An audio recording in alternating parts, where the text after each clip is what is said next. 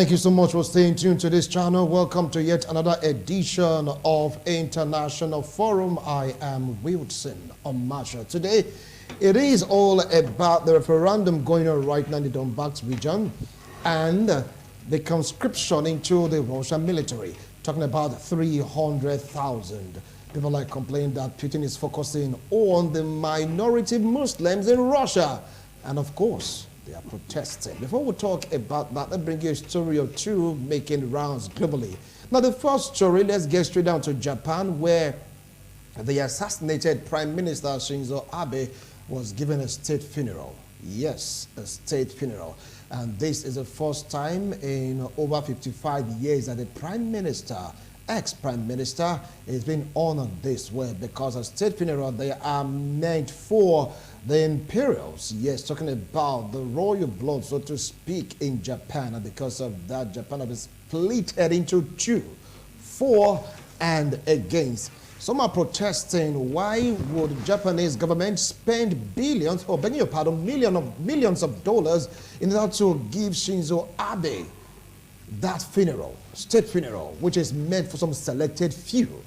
But these are the two reasons given: that he's not up to the status and the amount spent in giving this man Abenomics a state funeral. As they're there protesting, the funeral is going on. We have some that are saying, yes, he deserves it. He was cut short because of nobody could really lay hands on it right now. The only person that killed him, been captured and all that, but still the pain, the wound is so deep. And many world leaders, they are there. Kamala Harris, the VP of US, is there, and some other top-notch world leaders coming to pay the last respect to a great man, one-time Prime Minister of Japan, Shinzo Abe. Now let's move straight down to what happened in Russia, talking about the Russia school shooting.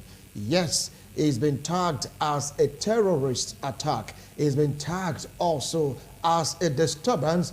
And the Russians say that they are used to all this. This is not the first time they have such an attack. But why is this one making so much news and so much round globally? Because of the Russian-Ukraine crisis.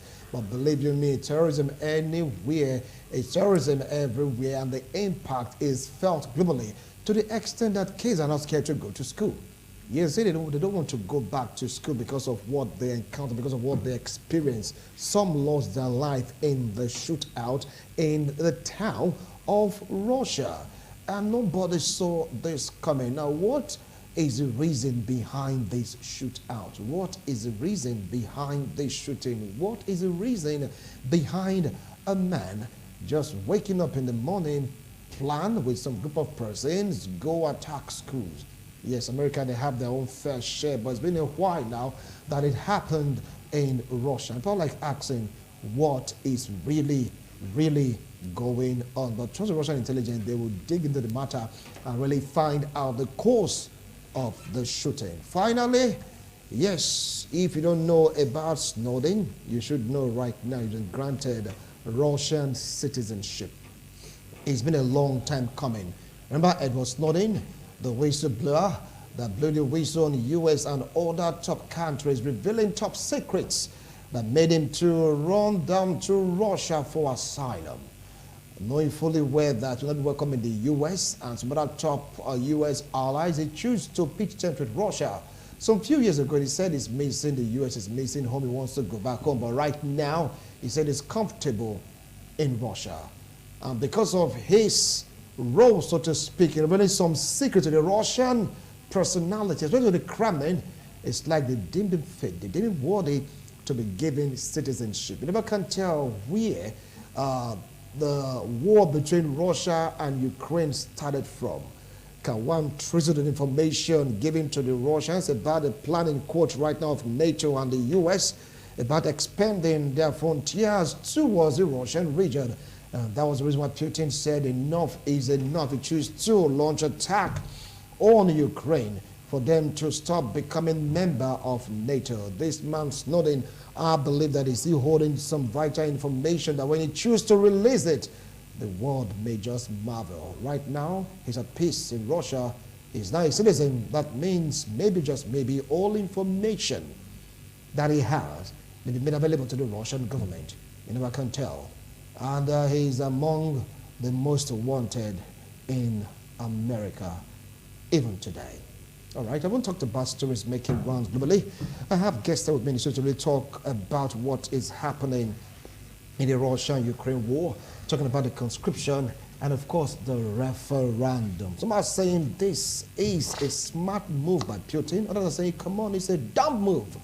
People like saying, why would you force thousands of men to go fight for you if you have the wherewithal? Others are saying, come on, he's using it a stone to kill two birds, take care of insurgents, and of course fight the war. Don't forget that according to reports in Russia, the Muslim minorities, according to report, have been giving sort of headache to the Kremlin.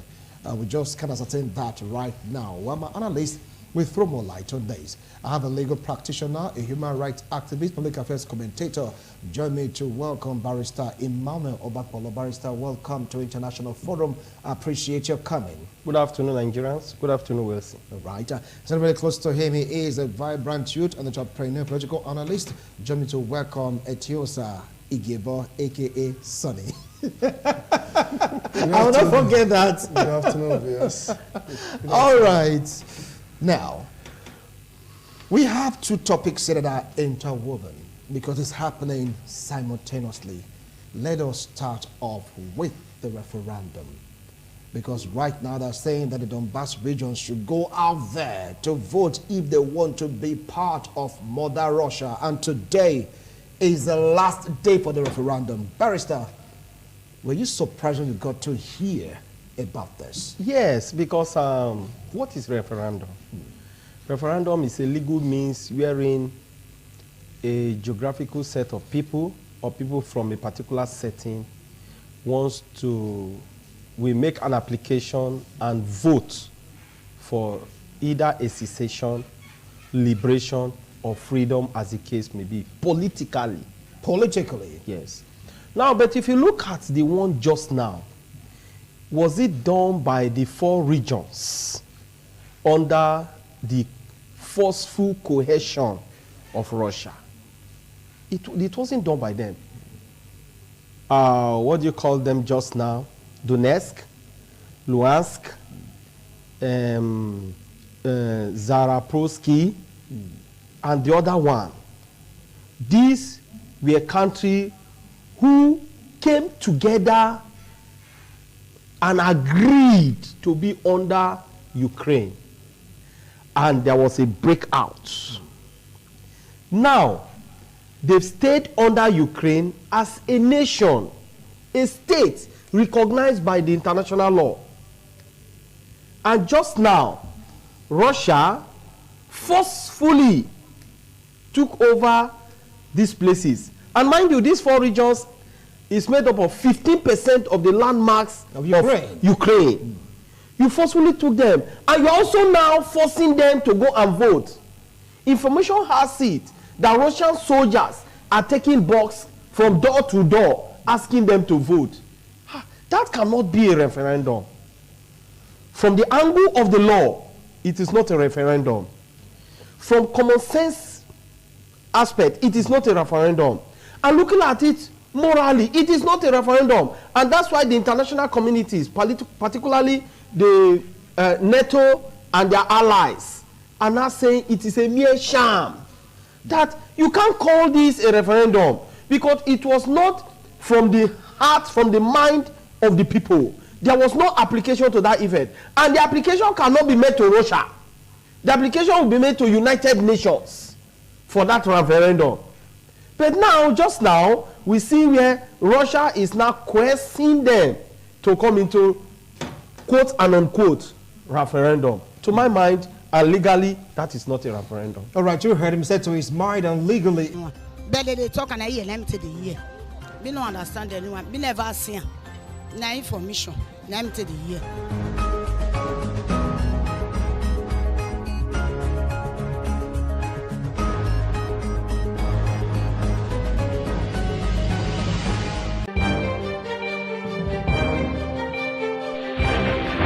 This is ITV. Certainly the best.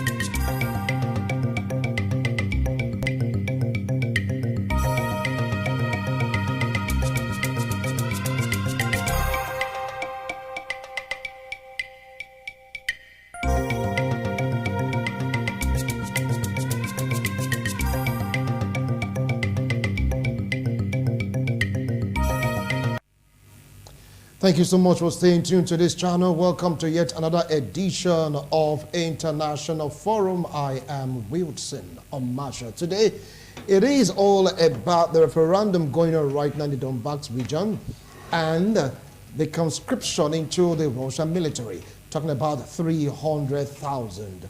People are complaining that Putin is focusing on the minority Muslims in Russia. And of course, they are protesting. Before we talk about that, let's bring you a story or two making rounds globally.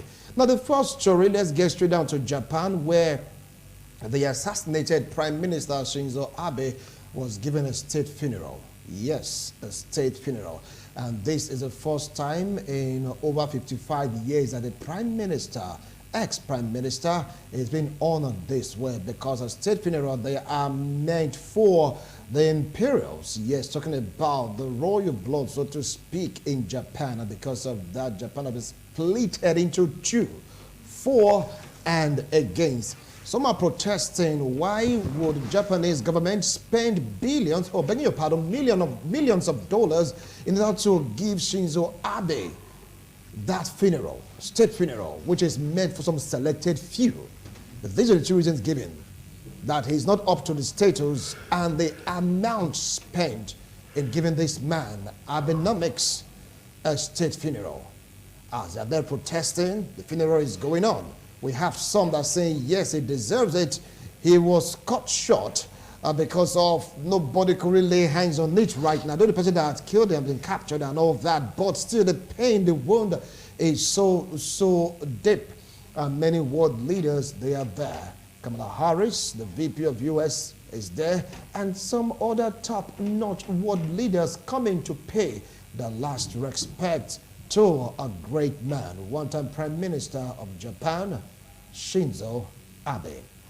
Now let's move straight down to what happened in Russia, talking about the Russia school shooting.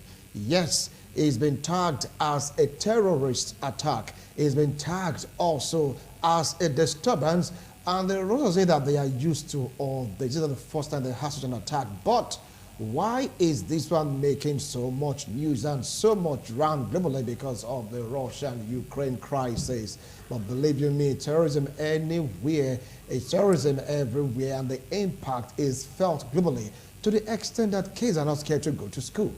Yes, they don't want to go back to school because of what they encounter, because of what they experience. Some lost their life in the shootout in the town of Russia.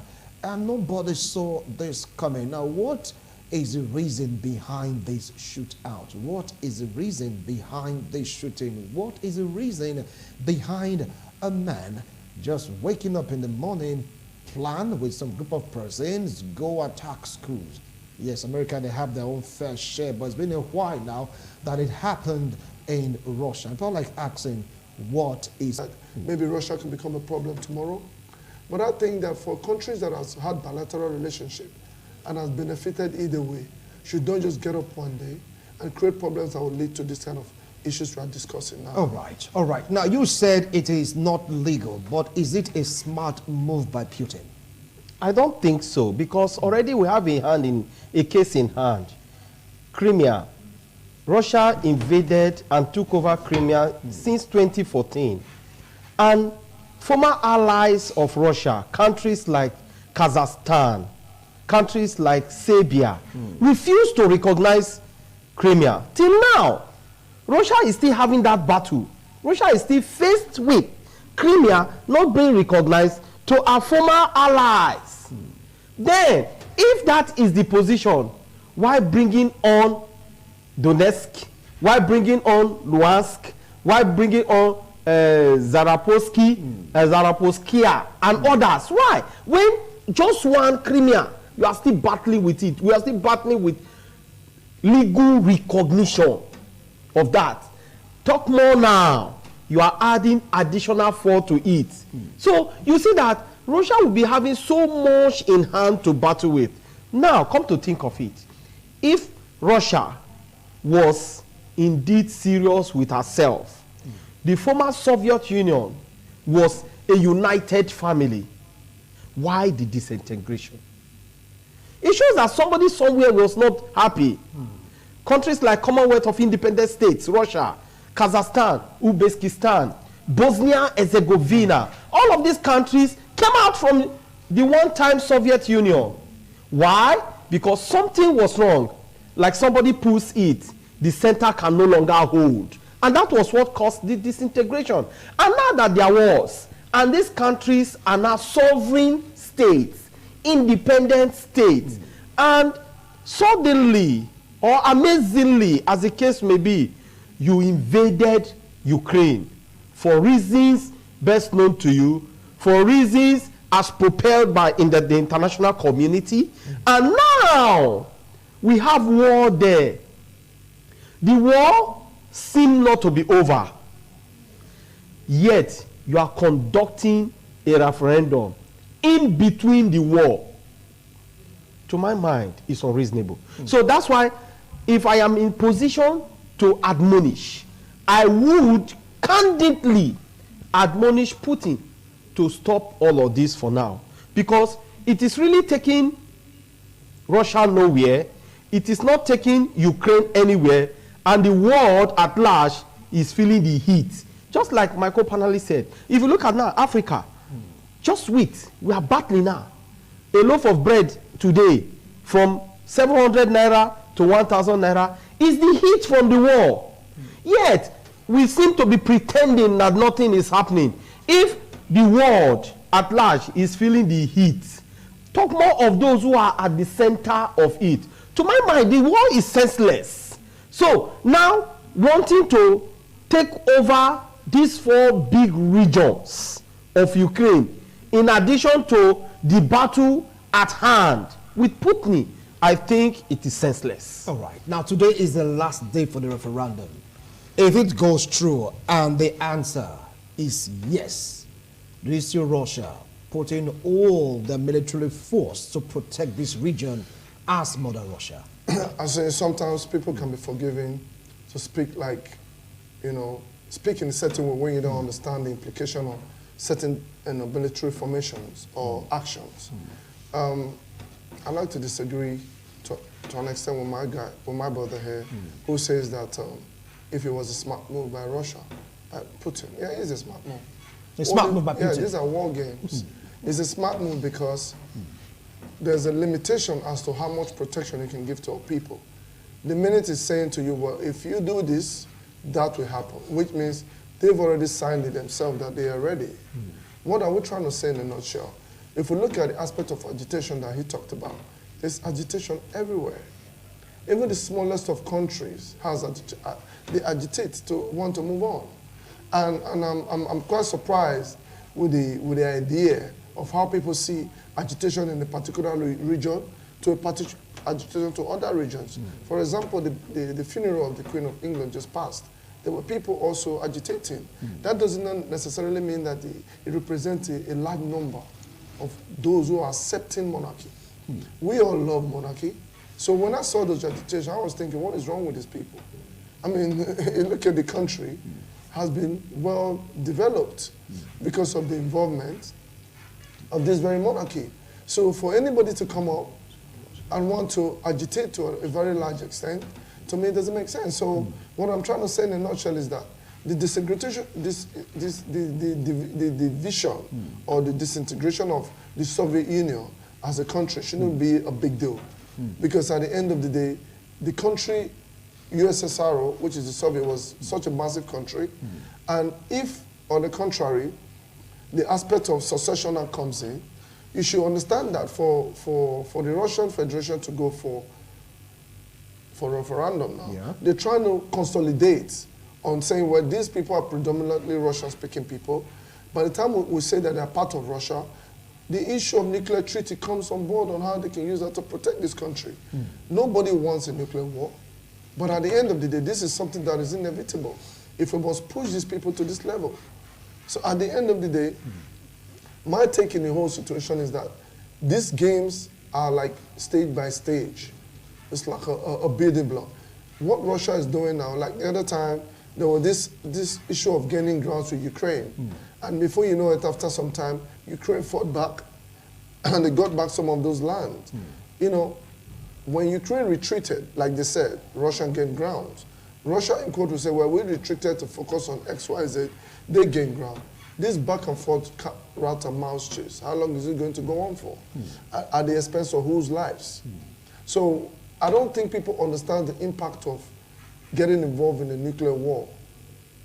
I don't think people understand it. That is why sometimes we come here to defend, to be for or against.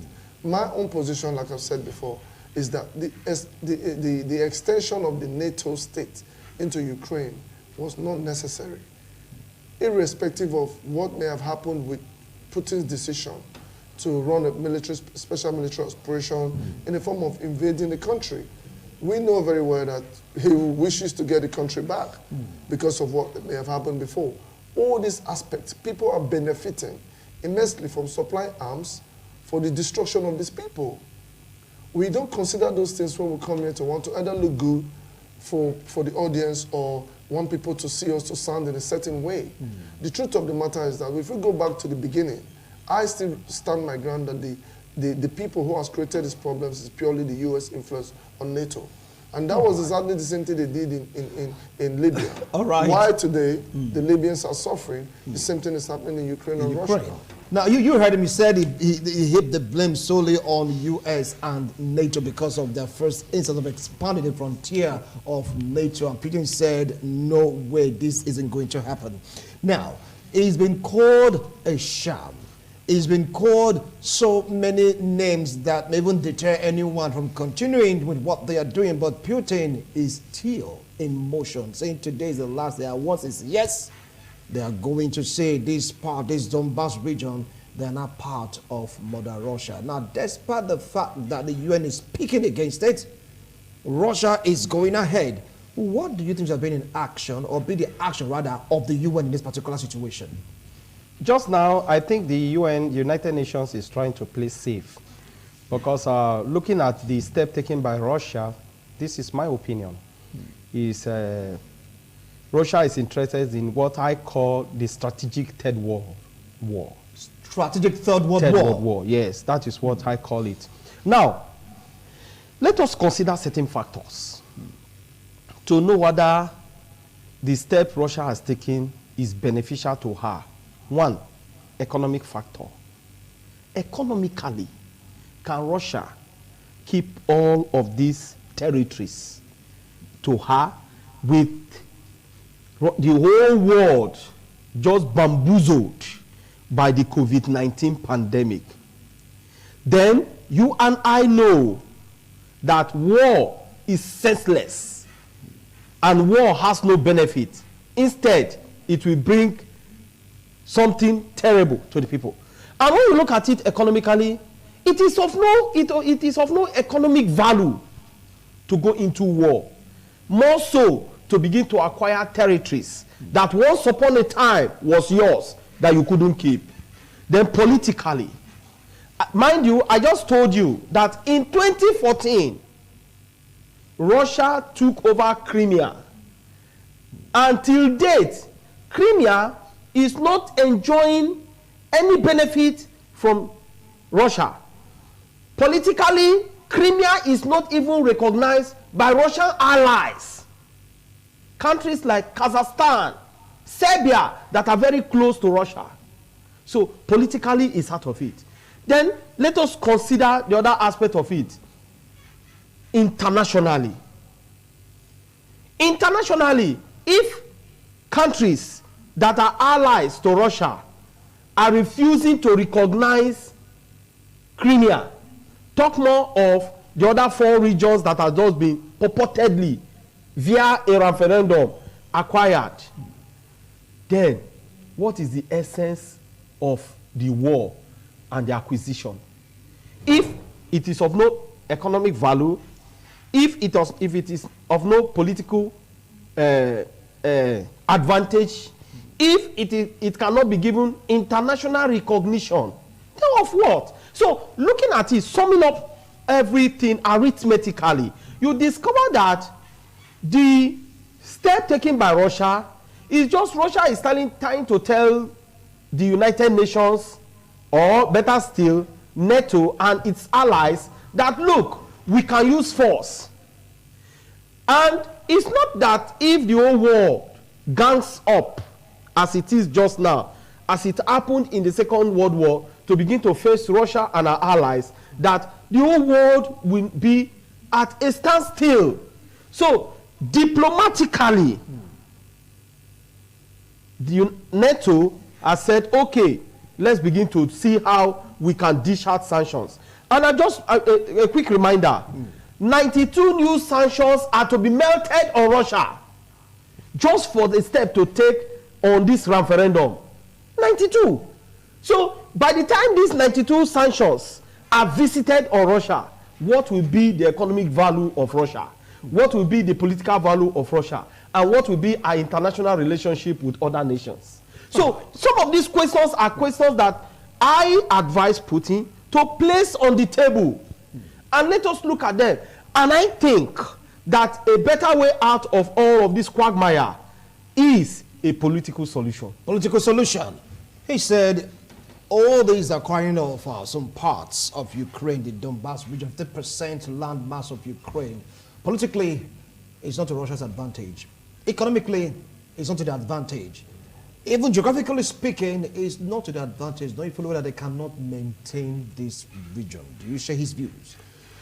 Well, I personally wouldn't tell you that I've shared this view, because when it talks about the economic benefits or in benefits of the war, and like I said before, I don't know if it's been following. I mean, we've been on this program severally with my brother, Mr. Bakbalo. There are people who are supplying arms who are economically benefited from this war. It's not about Russia itself as a country, as a nation. We're talking about a holistic argument about war between Russia and Ukraine. So your analysis must not be geared towards Russia alone. Because like you just made the reference to what I said regards the sufferings of Africa. The sanctions that was meted on Russia and adversely affected Africa was not sanctioned against African states. But Africans are paying the price. So you're talking about another 96 sanctions that will further plunge even Africa into trouble. So I don't understand the kind of thinking or the way people want to analyze issues to find a balance. If you talk about the issues of the referendum being legitimate, like you said, they said it's a sham. To a very large extent, you can say it's a sham, because Barrister here has established the fact that there are means at which you request for a referendum, which means through United Nations resolutions and XYZ. In the acts of war, who thinks about that? Which means what you see is what you get. So practically, they are using what they've seen to achieve what they want. So my point is, you can say it's a sham to an extent, based on the fact that he hasn't followed the legal processes he is. But in the other way around, they're already in war. To them, who cares about whether it is a sham or not? They just want to achieve their aims. So politically, to a very large extent, or strategically, annexing those areas to further create embargoes and barriers on what people call the territory and sovereignty of the Russian state. Like I just told you, anybody that has felt a nuclear war know that it's a bad experience. And for Russia to do this, they're trying to add this region to their own area in another man's country, because they want to create a borderline to go and escalate this war even further. There's the need. So if you say this is a Russian territory and you are getting involved, they can use a nuclear bomb. That is practically what it is. And you want to tell me it has no strategic value to the Russian state? You think these people like Vladimir Putin is a mediocre? You think it's somebody whose true probability analyzes a situation of what is going to happen? These are mappings. These are issues that have been coming on from way back. We know the Western countries and the Russian states have had their issues, similar to what falls a little bit into the Chinese and the Taiwanese issues. These are power play. Until you understand these laws of power, you may never understand what is playing. And it is not for those who are just existing and you're not an Illuminati in this idea to understand what is going on. For you to say that nobody is benefiting, Russia is not benefiting, of course. The people who own the arms company in Russia are benefiting. Human nature has become so self-centered. And those things is not limited to Africans alone. It exists in the Western countries. It exists in Russia. That is why corruption exists. These people are making billions and trillions of dollars from this war that they create. And that is the fact. So in terms of the economic benefits, I don't understand. I don't know if you've been listening to the conversation that has been ongoing with the issue of gas supply and how it's affected Europe. because they were mainly dependent on Russian gas. The issues of the weather is getting cold, they may turn it off. The economic problem runs through across the Russian state to hit the Europeans as well. So nobody is spared in this war. So invariably, you're saying that if those 92 sanctions are made on Russia, the world will feel the impact. Russia is indirectly sanctioning Europe over the supply of gas now. Wow. And so sanction upon sanctions. Yes, they are feeling it. Because according to a report this morning, the pound sterling has dropped. Innocent people in Europe are suffering the brunt of Russia's... Hold on. Okay. Innocent people are suffering the brunt of Russian supply of gas to Europe, whereby contracts has been broken. Contracts has been disregarded. These were long-term contracts. They don't respect anymore. So they say life is where you make it. The value of whatever you do lies pretty much within how much respect you want to give to that value. The Russian state is telling you that they feel threatened, they are not safe. But the Western country feels a different need to perhaps wants to protect Ukraine. Now loads of people has gone down. And this problem is not diplomatically resolved. Even if you talk about political solution, before political solution to say, well, I think we should resolve this. That is what this issue of referendum is going to lead to. All right. One mark by one. All right. Because in the issue of the diplomatic, if the United Nations cannot sit with Russia and resolve this thing, then there's definitely an interest. Okay. And if that interest has been overcome through power play, then the only solution is political play, and that will born out of the decisions that they are making now. Over to you. Who conducts the referendum or who conducted the referendum will now be another germane question. Look, referendum from the outset of our discussion, I did define what referendum is. And it is no less so. You cannot paint it in another manner or form. Because referendum, it should be from the people and not from Russia. What Russia is doing just now is a mere coercion for soldiers with guns. Bring a box to you, to your doorstep, and say vote. Oh, so you were told, were you there? That is the position, that is what is happening. According to a report in the BBC, they say someone will come with the box. Yes. No coercion, just write yes or no. So what has been a war? My brother. Yes. My brother. Hold on. He has the floor. My brother. Yes. When you bring a box to a man's door and say write yes or no. What name do you call that? Is there any other name you want to call it? Wilson. Whether you are holding gun, the mere appearance of a man with a uniform under war with a box, say, Mr. Wilson, write yes or no. Do you have choice? See, the truth is this. The referendum is a mere sham. There is no any other name to be given to it. All right. But the situation just now, just like he said, which I tend to agree with him, is under a warlike situation. I agree with that. But whether it will stand the test of time after the war, because whether we believe it or not, one day this senseless war will come to an end.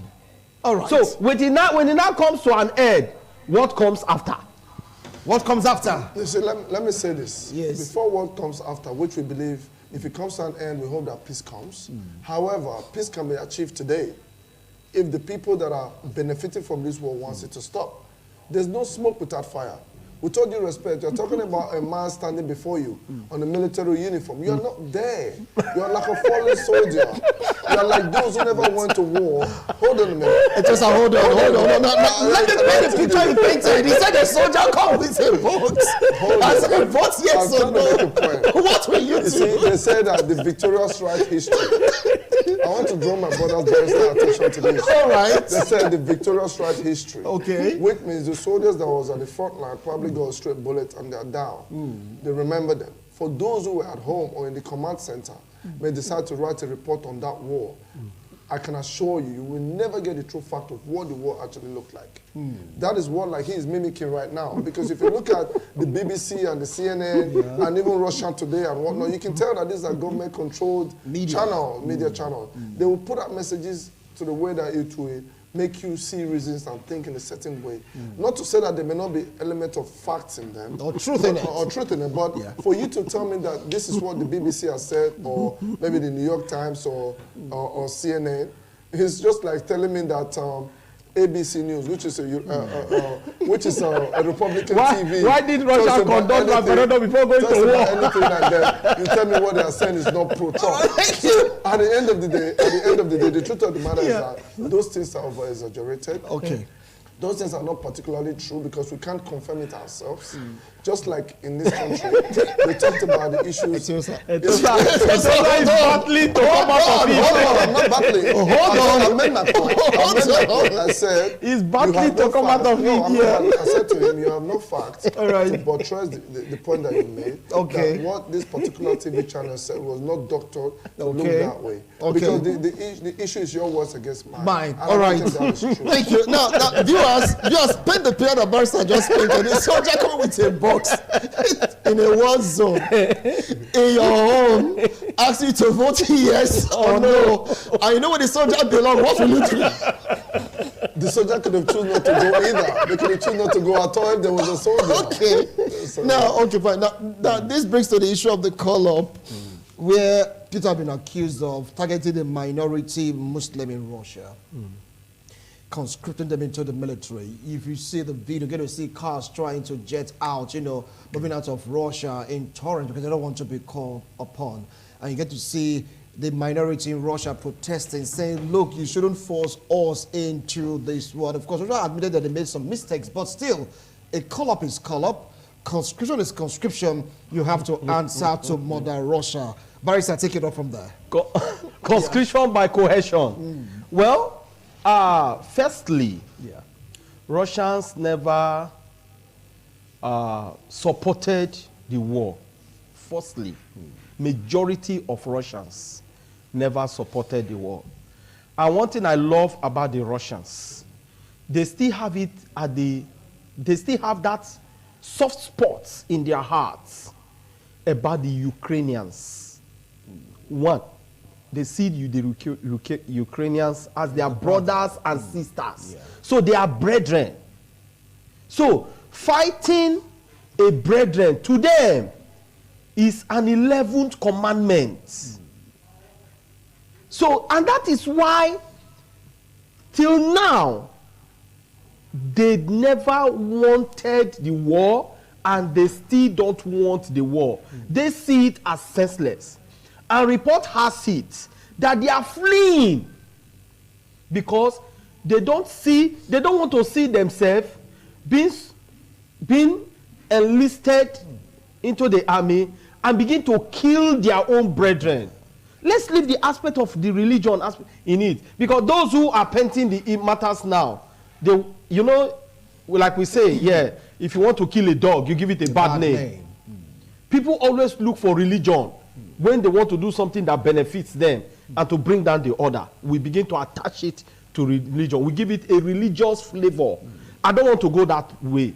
I want to see it that all Russians are being forced into the military. And what is their response? Their response is what I ordinarily will support. Their response is what I ordinarily will say, no, I will not do also. Because you are not forcing me into the military. Now, the German question is it, are you saying that most of our soldiers are dead?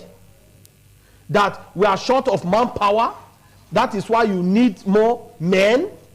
These are questions they begin to ask themselves, even if they cannot ask it outside, because they don't want to be dealt with by the military or by the Russian government. So, looking at the war itself, the war is senseless. The war is senseless. If Putin and Russia wants to prove that she is a super nation, that you can go somewhere. Maybe you go to the moon. Maybe you go to Uranus, Jupiter, and begin to look for beings to fight. But just now, the war is senseless. So they are looking at their brethren. How do I begin to face my own brother? How do I face a friend and begin to kill that person? So the Russians never supported this war. And I think if Putin is to subject himself to the principle of reasoning, he should know that Russians are not with him. Right. And Russians are not interested in this war. All right, now you said the Russians, they are not with him, but they're not interested in this war, and they want to go beyond religion, because Spirit said they need 300,000 soldiers if the referendum pulls through, they have to protect their territorial integrity, which is now part of Russia. And many of them, they are running away to other countries. What do you feel about this?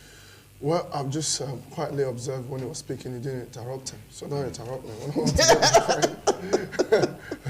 All right. Which is a good thing. I'm just trying to share that view with you. Yeah. You see, the truth of the matter is that my brother here looks at things from his prison. You know, sometimes in life, it really depends on what you think you need at this point. Yeah. And what you need is what will determine your actions. For me, I've never shied away from saying things as they are. And I thank God for who I am. And I'm going to remain that way. I don't personally think that is true. I know that as much as the Russians don't want to be having a war with Ukraine because they have relatives across the board, that doesn't necessarily mean that they are not, they've not signed up to this particular request that the Russian government has made. Whether or not on what instance they want to deploy these people, that becomes a thing for the Russian Federation to decide. And with all due respect, there's a lot of saying about the Ukrainian army being decimated. I don't think that is true.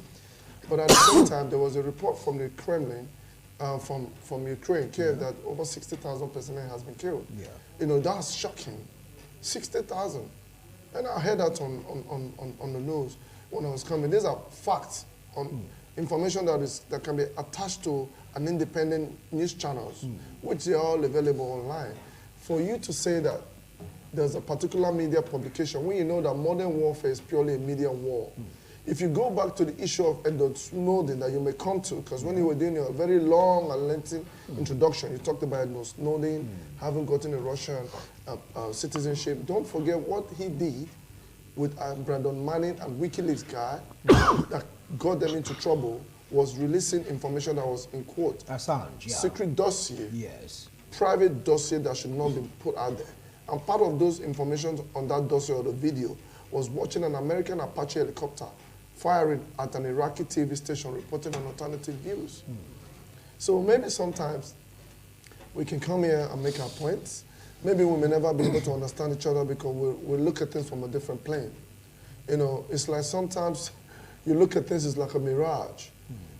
This whole idea of what is happening in Russia and the issues of colors and relating it to religion, like you just said, it kind of draws me back to what we always discuss back home in this place about political parties, the issues of similar tickets, for example, and how people trying to attach it to religion. And some people say, well, we don't think religion should be the case. It's about the people and what they can deliver. For the first time, I've seen my brother really come up open and spoke on the need for people not to have too much attachment to religion. Because not in Nigeria. Okay. I don't want us to go elsewhere right now, please. Let's focus on Russia, Ukraine. Not in Nigeria. Russia, Ukraine. So what is good for the goose is good for the gender. The ideology of religion, it cuts across board, irrespective of where it is happening. Because what you've just said is that they are pulling out some reservists of a certain religious inclination coming on board. I don't see how you can separate that from our previous conversation on religion. Right. So to me, I just think that it is a strategic thing, irrespective of whether or not we or don't agree with the war. I think they just have to do what they've got to do. And the picture that has been painted by a particular news channel that certain people are so glued and used to is not the reality of what is happening in the world. Thank you. A little bit broader in your observations and looking at different mechanisms to see the fact will help. Thank you. Our time is up. You can see the PD give us signals to call it a wrap. No time for final lines, but what only got on it was like, you see a soldier coming in front of your house telling you vote yes or no. But what will you do, Honorable? What will you do? The soldier said yes or no. But as a soldier does not take orders from you. They give you orders. So a civilian votes yes or no. Boxes to your house. Anyway, thank you. Thank you so much, gentlemen. Let's see how the referendum will go. Paul, like saying that we know where to go already, but let's just wait for the Russians to announce it. It's a sham referendum. And let's see the next line of action, because over 300 soldiers have been conscripted already. They are still gathering some moment to go out to defend territorial integrity. All this just happening all at once. And mind you, it is happening in between Russia and Ukraine, but the world is feeling their impact. Right now, the pound is going down. Yeah, dollar's going down. But I've not gotten the news saying that the Russian ruble is being affected. It has. No, It has. Anyway, that will be a debate for another day. It has. That will be a debate for another day. I can give you 120 proofs. All right, gentlemen, we can go on and on, but our time is up. Bye for now. See you next Tuesday, God willing. Just have a wonderful day ahead. Bye for now.